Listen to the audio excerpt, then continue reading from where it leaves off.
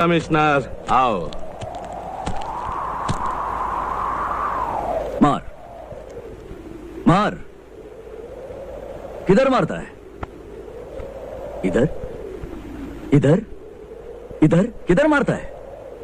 तू अपने आप को बंदूक समझता है तो हम है बारूद। बारूद ಕೈಯಲ್ಲಿ ಗನ್ ಹಿಡ್ಕೊಂಡು ಹಿಂದೆ ಇಂಥ ಚೇಲಾಗಳನ್ನ ಕರ್ಕೊಂಬಂದು ಆವಾಜ್ ಹಾಕ್ಬಿಟ್ರೆ ಹೆದರ್ ಬಿಡ್ತೀವ?